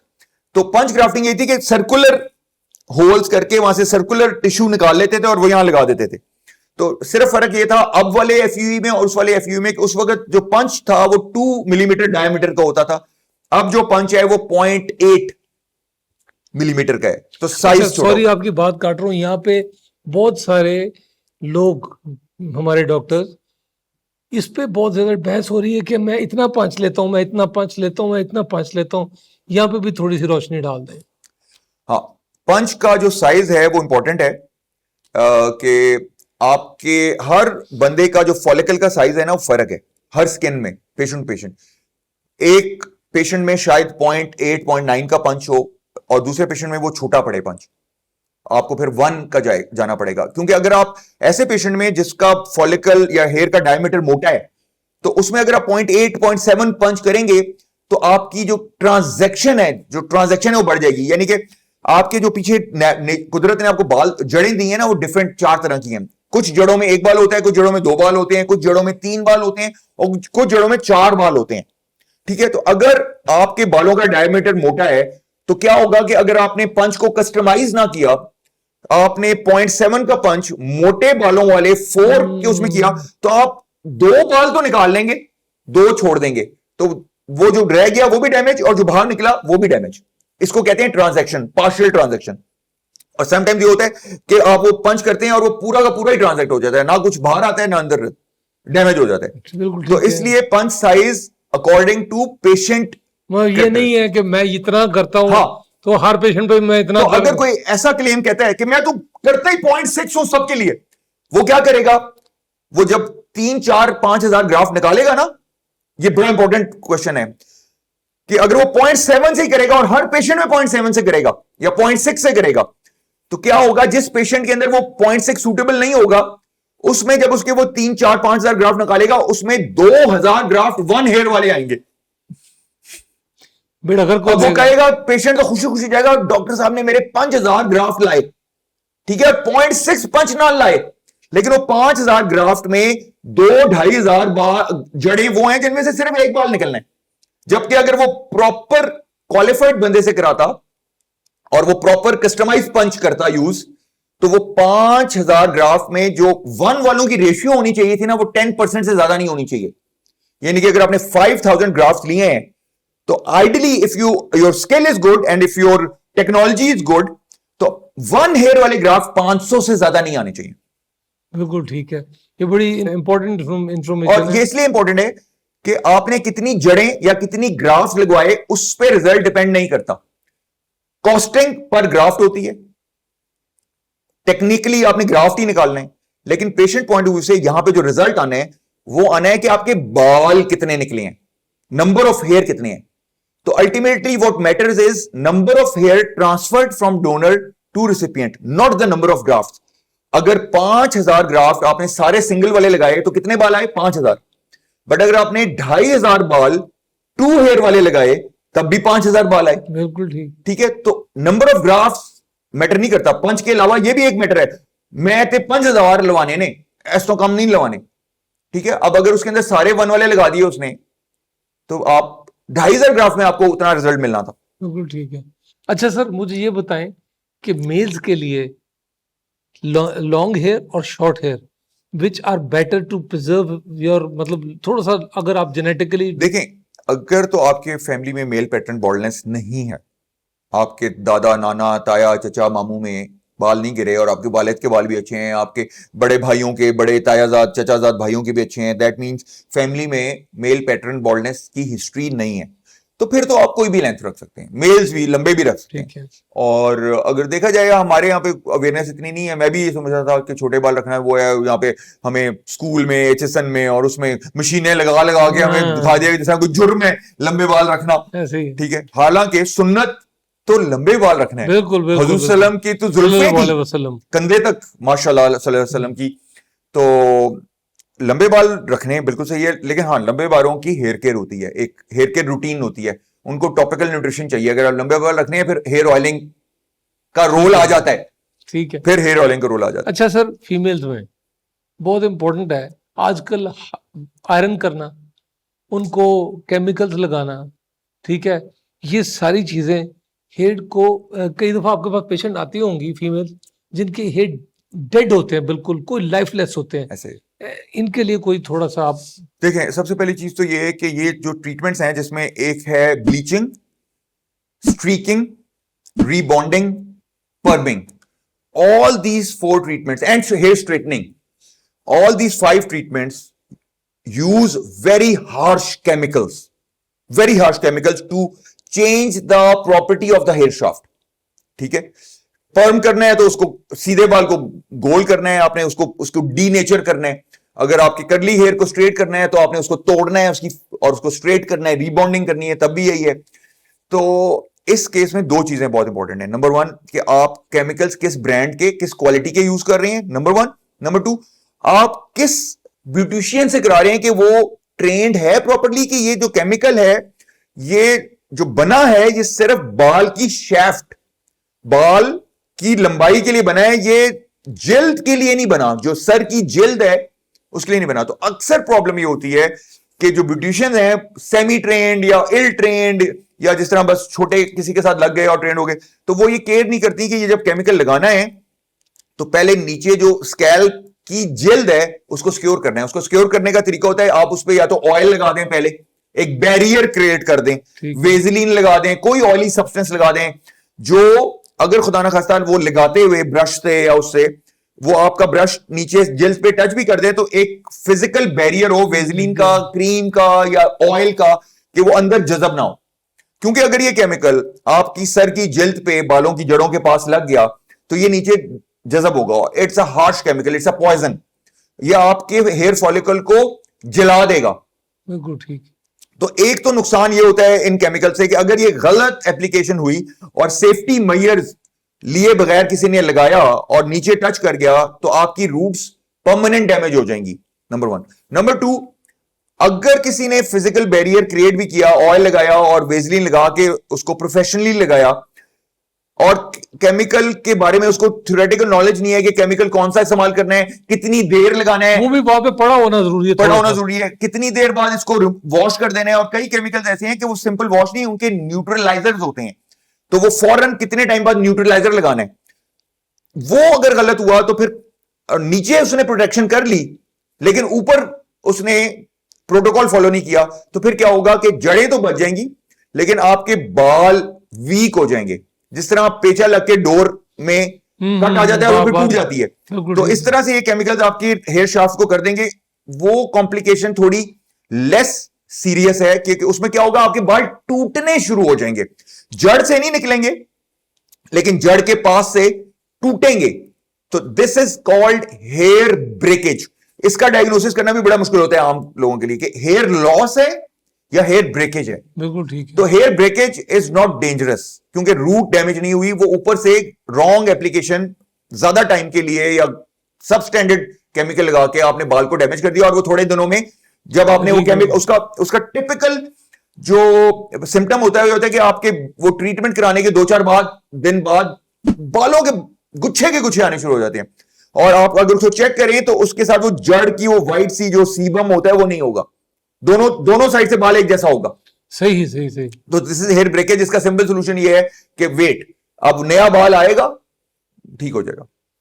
ठीक है, लेकिन सर मेरे पास कई ये जो आप कंडीशन बता रहे हैं, कई पेशेंट आते हैं जिनकी स्किन रिएक्शंस, हाँ, वो तो पूरा चेहरा बर्न हो जाएगा ना, ठीक अगर है। वही यही तो मैंने कहा कि वो स्किन पे नहीं लगना चाहिए वो, और ये 50% से ज्यादा सलून्स में वो ऐसे पेंट करते हैं जैसे आपने जेल लगाया है, पूरी स्किन के ऊपर वो केमिकल लगा होता है और वो बर्न कर देता है, स्किन बर्न कर देता है, बिल्कुल बर्न, और उससे फिर वो हाइव्स भी हो जाएंगी, और जो आप कर रहे हो आंखें भी सूज जाएंगी, और एलर्जिक रिएक्शन भी हो सकता है क्योंकि वो एक इतना हार्श केमिकल है कि it can generate allergic reaction. बिल्कुल ठीक है। अच्छा सर, डैंड्रफ एक another cause of hair fall. मैंने कई दफा ऐसी डैंड्रफ देखी है जो लोग रब करते हैं तो इट जस्ट फॉल्स लाइक, और वो आपके हेयर रूट को आहिस्ता आहिस्ता वीक करती है और फिर वो डेड हो जाता है। सो इसका थोड़ा सा मुझे बताएंगे देखिए, आप? डैंड्रफ एक ऐसा फिनोमेना है जो बहुत कॉमन है, यू आर राइट, और लेकिन हमें ये समझना है डैंड्रफ 2-3 तरह से होता है। एक होता है फंगल इन्फेक्शन, वो भी डैंड्रफ क्रिएट करता है, एंटी फंगल्स उसका ट्रीटमेंट है। डायग्नोज होना बहुत जरूरी है कि फंगल इन्फेक्शन है या ड्राइनेस है, स्केल्स बन रही हैं, ठीक है, due to dry scalp which can be due to dehydration और which can be due to application of any topical medicine जो आपके स्कैल्प को ड्राई कर रहा है, ठीक है। तो अगर वो फंगल इन्फेक्शन की वजह से डैंड्रफ की स्केल्स बन रही हैं तो एंटी फंगल से ठीक हो जाएगा। आई थिंक यहाँ पे छोटी सी एक मैं यहाँ पे टेक दूंगा कि जिसने एंटी फंगल ट्रीटमेंट ओरल ले नहीं है ना, वो एलएफटी जरूर करा ले। बिल्कुल ठीक है, उसके बाद ये एक मेरा मशवरा है, बिल्कुल, ये भी फ्री मशवरा है डॉक्टर साहब। और इस पे डैंड्रफ के लिए इमीडिएटली ओरल एंटी फंगल में जाने की जरूरत ही नहीं है, कीटाकोनाजोल टॉपिकल आप लें, जी जी जी जी ठीक है। और अब तो बड़े सस्ते ब्रांड्स उसके पाकिस्तान में आ गए हैं, आ गए पहले हैं, नॉर्मल जॉनसन जॉनसन का और बड़ा महंगा होता था, हाँ जी, अब कीटोविन है और वो है, बड़े सस्ते हैं, कोनाज है, ये और they are good, very good. अच्छा सर, मैं आपके पास बहुत ज्यादा फॉरेनर पेशेंट्स देखे हुए हैं मैंने, पता अभी लेटली विजिट मैंने आपको नहीं किया। अब टर्की ने बहुत बड़ा हब बना लिया है, हमारी गवर्नमेंट को भी चाहिए आपकी हेल्प करे, बिकॉज आपने बहुत बड़ा सफर तय किया है। Your take on this? हाँ देखें, एक बहुत ही इंपॉर्टेंट इंफॉर्मेशन आपको बताऊंगा कि पाकिस्तान में जिस वक्त ट्रांसप्लांट शुरू हुआ, और जब वर्ल्ड क्लास क्वालिटी पाकिस्तान में, हमारे अलावा भी 1-2 सर्जन हैं, इस्लामाबाद में एक हैं, एक कराची में है, जो टॉप क्वालिटी हेयर ट्रांसप्लांट हम लोग कर रहे थे, और टर्की में एक क्लिनिक भी नहीं था। तो दिस इज सो अनफॉर्चुनेट कि Pakistan was the first mover, we had the first mover advantage, वो 5 साल बाद आया और कहां चला गया। अब इसके अंदर आपने खुद ही बात कर दी कि इस लेवल की एक्सपेंशन गवर्नमेंट सपोर्ट के बगैर पॉसिबल नहीं हो सकती। इंडिविजुअल लेवल पे हम 2 क्लिनिक बना लेंगे, 5 क्लिनिक बना लेंगे, रोज की 2 सर्जरीज कर लेंगे, वहां तो एक हॉस्पिटल के अंदर दिन की 40 सर्जरीज होती हैं। और सब गवर्नमेंट सपोर्ट कर रही है आपको, हर चीज में रिपीट दे रही है, बसेस चल रही हैं, एयरलाइन आपको सपोर्ट देती है, होटलिंग इंडस्ट्री सपोर्ट देती है, गवर्नमेंट घंटों में मिनटों में वीजा देती है। यहां तो आप किसी ओवरसीज पाकिस्तानी का हेयर ट्रांसप्लांट के लिए वीजा इशू कराए ना तो 10 दिन लग जाते हैं, एम्बेसडर से सिफारिश करानी पड़ती है। ऐसे ही है ऐसे ही, बिल्कुल ऐसे ही। तो ये चीजें गवर्नमेंट के सपोर्ट के बगैर पॉसिबल। अच्छा सर, यहाँ पे मैं आपसे ये पूछना चाहूंगा, आपने बहुत सारी क्रिकेटर्स और सेलिब्रिटीज इनको आपने ट्रीट किया है, मुझे कुछ नाम बताएंगे जो आप एक्सपोज कर सकते हैं? बिल्कुल, टॉकिंग अबाउट जो नहीं कर सकते। देखें, शोबे से हमारा मेन सेलिब्रिटीज का जो ट्रांसप्लांट का सफर है वो शुरू हुआ। सबसे पहले नुमान एजाज, उसने हमसे great actor, legendary actor, still the best, I think still the best. And क्या आपने उनकी हेयरलाइन बनाई? हाँ। आई थिंक मतलब जितना मैं देखता हूँ, ही इज फिनोमिनल। हाँ, अगर बताया ना जाए तो वो पकड़ा बिल्कुल। नुमान एजाज का किया, फिर हमने उसके बाद नबील जफर बुलबुले, जी, जी, जी, जी, बुलबुले जी, का जी। जो स्टार है नबील जफर का किया, फिर उसके बाद हमने अली जफर सिंगर का किया, हाँ, फिर उसके बाद हमने मुस्तफा जाहिद रॉकजेन का वोकलिस्ट हाँ, सिंगर उसका किया। देन और कौन है शोबिस में, फिर क्रिकेटर्स में हमने वहाब रियाज का किया,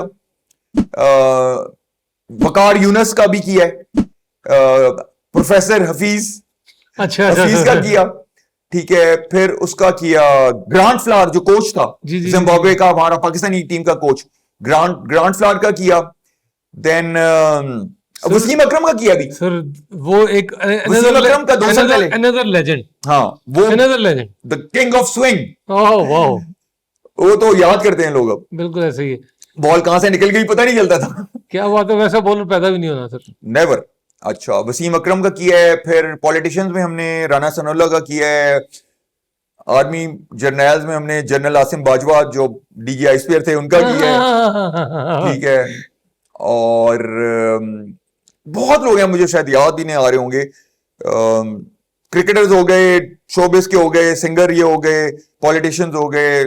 अच्छा सर, एक सवाल है जो मैं आपसे पूछना चाहूंगा। सलमान खान, जो the density which he has, और अगर हम उनकी मूवीज देखें ना तो बीच में बहुत रिसीड किया, बहुत कम हुआ, फिर वापस आया, फिर बहुत डेंस हुआ, उसके बाद इतनी डेंसिटी कैसे हासिल की? इसमें 2-3 चीजें जो है ना वो बेसिक्स पता होनी चाहिए। सलमान खान ने जो पहला हेयर ट्रांसप्लांट कराया था वो, और फिर दूसरा सेशन कराया उसके 2-3 साल के बाद, तो एक तो उसके हेयर ट्रांसप्लांट के 3 सेशंस तो मैं खुद विटनेस हूं, उसने 3 सेशंस कराए, क्योंकि सलमान खान का हेयर ट्रांसप्लांट जो है वो दुबई में हुआ, और जिस डॉक्टर ने किया वो भी मेरे दोस्त भी हैं, मेरे सीनियर भी हैं, उन्होंने किया, तो मुझे उसकी पूरी हिस्ट्री पता है, कब कब उसने कौन सा कराया है।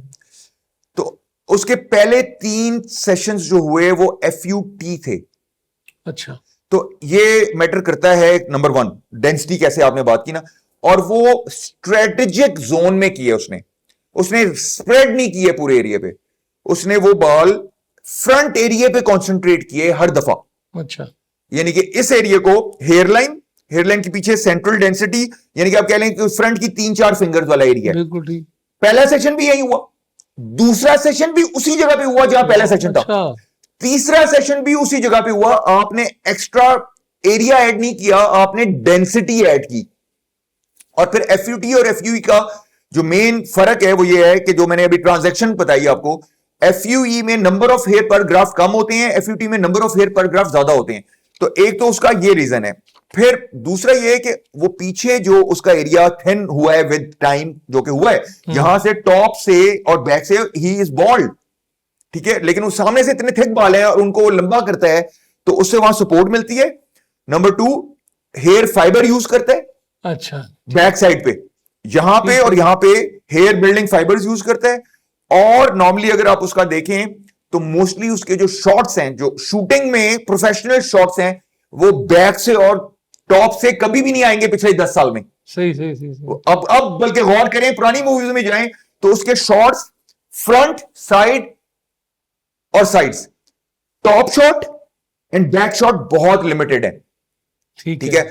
और ये इसी तरह अगर आप हमारे प्राइम मिनिस्टर को देखें, शहबाज शरीफ को, तो उनके भी बैक से कैमरास के शॉट्स नहीं है, और वो ज्यादातर उनके जो है फ्रंट से शॉट्स हैं। तो वो ये रीजन है कि ट्रांसप्लांट में अगर आप डेंसिटी क्रिएट करेंगे तो then you have to sacrifice coverage. यहाँ पे सर मैं अपने एक्सपीरियंस की थोड़ी सी बात ऐड करना चाहूंगा, तो आप उसको सेकंड करेंगे, एग्री करें, Okay. मुझे टोक दें अगर मैं गलत हूं। एक तो जब हेयर ट्रांसप्लांट होता है, अगर आपके बाल जरा से थिक हैं और वेवी हैं तो रिजल्ट्स आर बेटर, डेफिनेटली, क्योंकि एक्चुअली हेयर ट्रांसप्लांट का रिजल्ट मैटर करता है हेयर मास, कि कितने बालों का मास बना है, हेयर मास इंडेक्स। तो अगर आपके बालों का डायमीटर ज्यादा है तो हेयर मास ज्यादा बनेगा। बहुत सारे लोग हैं हमारे अपनी पॉपुलेशन में कि एक बंदे का एक बाल दूसरे बंदे के 2 बालों के बराबर जगह ऑक्यूपाई करता है। तो अब जिसके बाल पतले हैं वो उसको डिसएडवांटेज है। यहां पे सेलिब्रिटीज में भी प्रॉब्लम है। नुमान इजाज की हमें 3 सर्जरीज करनी पड़ी हैं जो उसका अब रिजल्ट है, और वहाब रियाज की 1 सर्जरी में वो रिजल्ट आया, क्योंकि वहाब रियाज के बाल मोटे थे, एग्जैक्टली, नुमान इजाज के पतले थे। उसको 3 सर्जरीज में अभी भी वहाब रियाज से कम डेंसिटी है। लेकिन वहाब रियाज की एक सर्जरी में, एक सेशन में नुमान इजाज की 3 सर्जरी से ज्यादा घनापन है। बिल्कुल ठीक है। सो जो बाल बहुत खूबसूरत लगते हैं ना कई दफा, लॉन्ग सिल्की, हाँ। वो कई दफा अगर आपको ट्रांसप्लांट कराना पड़े तो नुकसान है। नुकसान है। अच्छा सर, अमिताभ बच्चन का हाँ, he use hair patch, hair patch.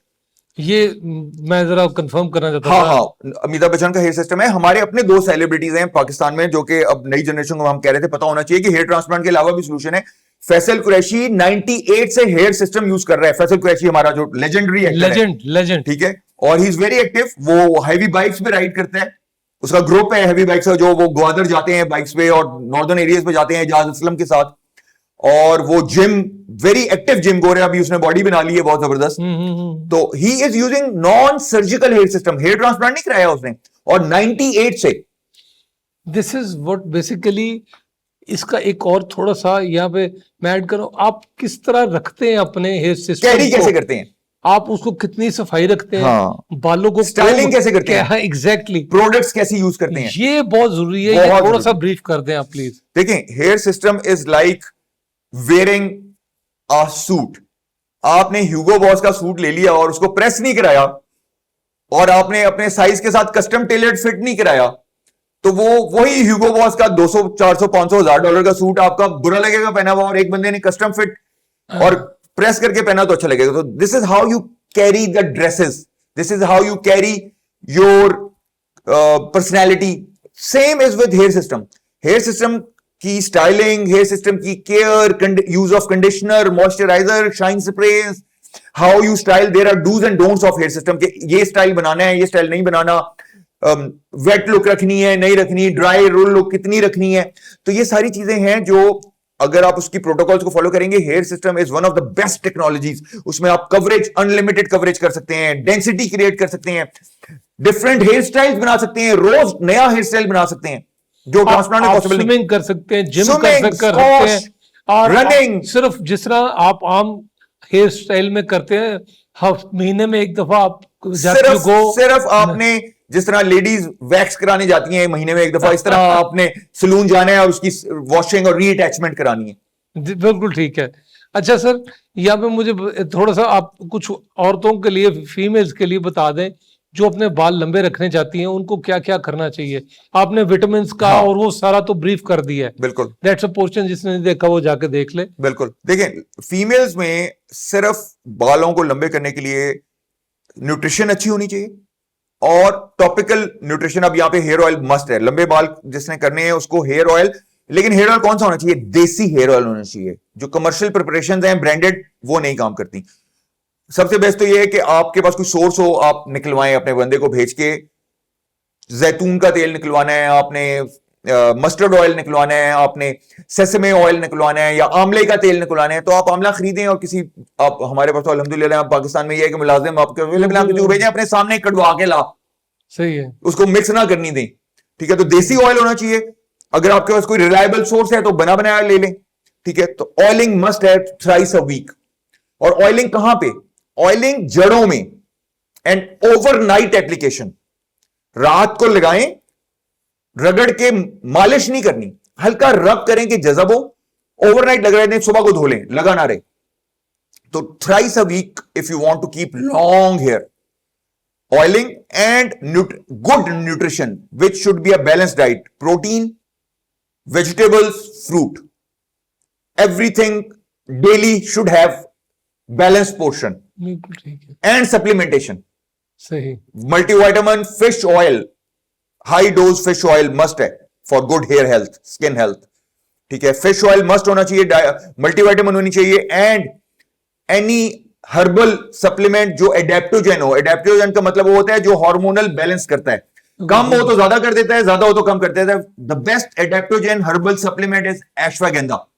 सही, एश्वागेंदा तो पाकिस्तान में हर बंदे को लेना चाहिए, क्योंकि इतनी जबरदस्त हर्बल सप्लीमेंट है, और अब तो पाकिस्तान में लोकली बन रही है, सस्ती मिलती है। बिल्कुल। 2 कैप्सूल सुबह नाश्ते के साथ, 2 रात को सोने से पहले। अच्छा सर, यहाँ पे मुझे थोड़ा सा, अब आप क्योंकि हज भी करवाते हैं, आप अपने हज जो ट्रेवलिंग एजेंसी उसका नाम भी बताएं, और थोड़ा सा हमें ब्रीफ करें कि जिसने आपके साथ जाना वो और क्या क्या मतलब एक होता है कुछ लोग ज्यादा देर के लिए नहीं जा सकते, तो वो उनके लिए भी कोई? हाँ, बेसिकली हज हम अल्हम्दुलिल्लाह अब तो 25 इयर्स हो गए हैं हज का। Very big name. हाँ अल्हम्दुलिल्लाह, अल्लाह अल्हम्दुलिल्लाह। ताला का फजल है। सिराजिया ग्रुप के नाम से है, सिराजिया हज ग्रुप। और हमारा जो ब्रांड नेम है वो है shorthaj.com। यही वेबसाइट है और यही हज का पैकेज का नाम है, shorthaj.com। shorthaj.com इसलिए है, जो आपने खुद ही बात कर दी, कि अब डिमांड है लोगों की कि 40 दिन का हज नहीं होना, ना टाइम है किसी के पास, ना कोई करता है। तो हमारा जो हज है वो आप 9 से 10 दिन में पूरा हज विद मदीना ज़ियारत, ठीक है, 9 से 10 दिन में आपका कंप्लीट हो जाता है। 2 नाइट्स मदीना में आती हैं और बाकी आपके हज के दिन है। तो आप पूरे 9-10 दिन के अंदर फुल हज विद मदीना ज़ियारत करके आ सकते हैं। एक तो इसलिए हमारा नाम है shorthaj.com। ठीक है। ठीक है, और 25 ईयर से कर रहे हैं। और हमारा टोटल ग्रुप स्ट्रेंथ जो इस वक्त है वो तकरीबन 500 प्लस माइनस चलती है हर साल। बुकिंग कब होती है? बुकिंग्स चेंज हो गई हैं पिछले 2 साल में। आपको पता है 70,000 हाजी रह गए थे लास्ट ईयर, क्योंकि सऊदी ने डेडलाइन चेंज कर दी। तो पहले ये होता था कि रमजान के बाद, छोटी ईद के बाद लोग बुकिंग्स करते थे। तो अब तो अक्टूबर में, लास्ट अक्टूबर में बुकिंग्स बंद हो गई थी इस साल के हज की, और अगले अच्छा। साल की हज की बुकिंग्स अब खुल चुकी हैं और अगेन सितंबर एंड में खत्म हो जाएंगी। वाह, अच्छा।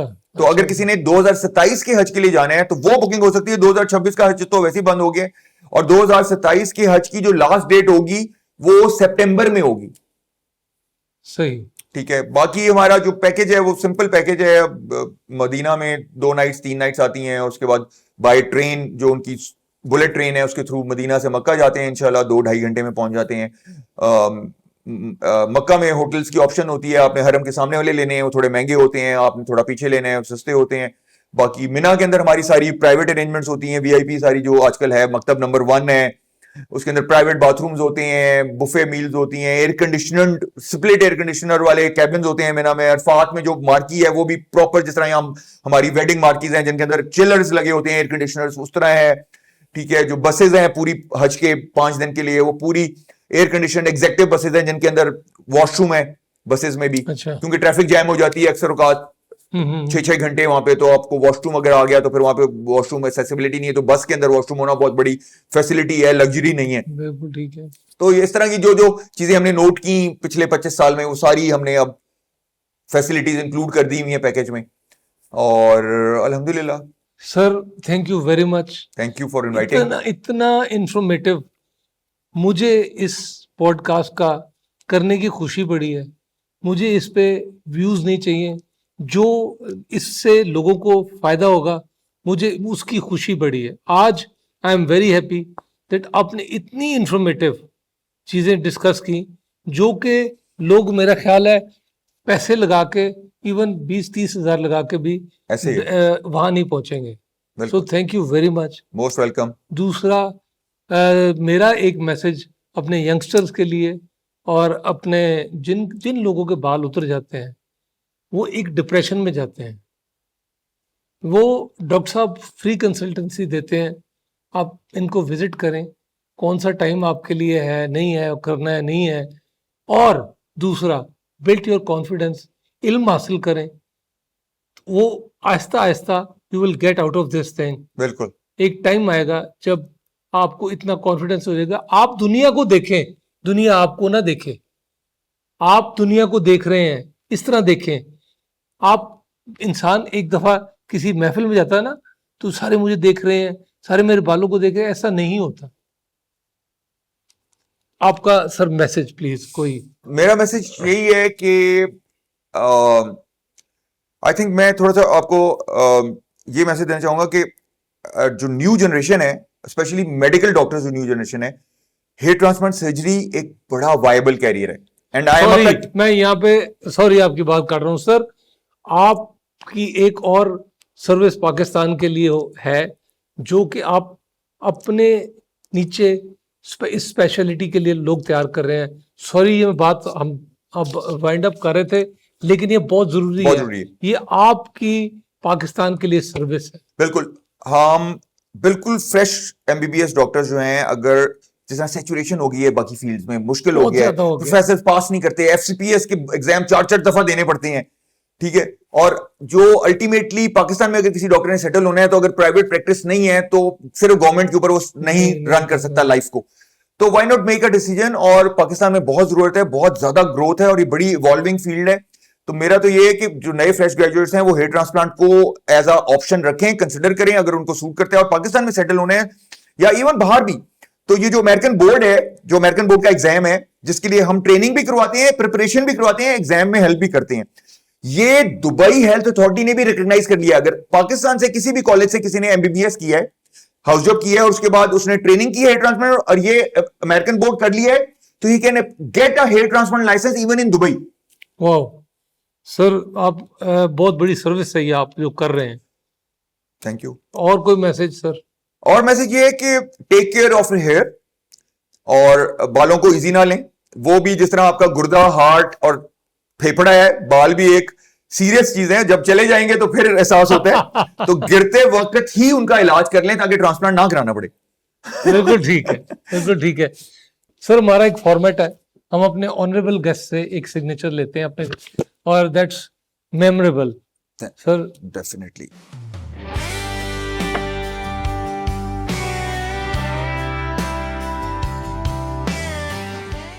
Thank you very much. Thank you. This is very honourable for us कि जब नासिर ने हमें एक सिग्नेचर भी दिया है। Thank you. थैंक यू जी, thank you for inviting and it was really a very entertaining, very pleasant experience. Thank you. अब हम अपने पॉडकास्ट का इख्तिताम करते हैं। अपना भी ख्याल रखिएगा, अपने चैनल का भी ख्याल रखिएगा। This is doctor Munib signing out. Take care. अल्लाह हाफिज। Unbreakable